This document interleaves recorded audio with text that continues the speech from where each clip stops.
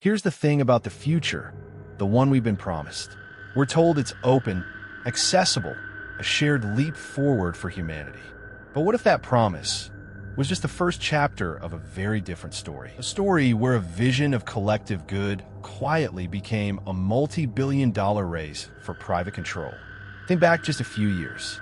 The dream was palpable.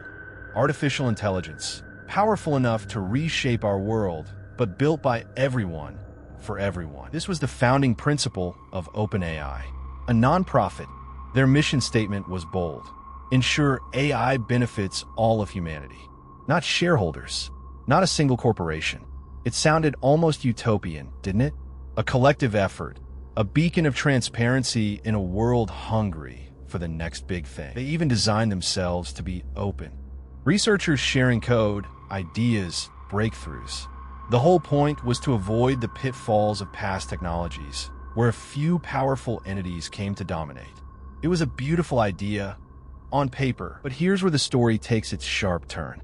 Because building truly revolutionary AI, it takes staggering amounts of money. More money than donations alone could ever sustain. In a race, it was accelerating. Competitors, seeing the potential, were pouring billions into their own proprietary research. OpenAI found itself at a crossroads. Stick to its noble, but financially constrained, non-profit roots, or find a way to compete at scale. So, in 2019, they made a choice. A profound one. They restructured. They created a new entity, a cap-profit subsidiary, still with that non-profit parent, theoretically, overseeing the mission. But this new structure could take on massive investments. Suddenly, the door was open for the kind of capital that could truly accelerate their work. And accelerate it did. Microsoft saw the potential.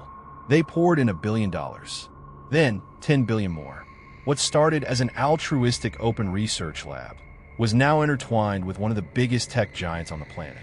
The vision of open began to blur, from sharing code to licensing proprietary models, from a public utility to a strategic product.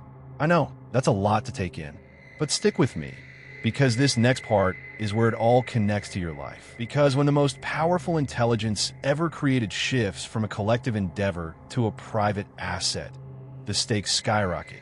Who decides what kind of AI is built? Whose values are coded in? What data is used?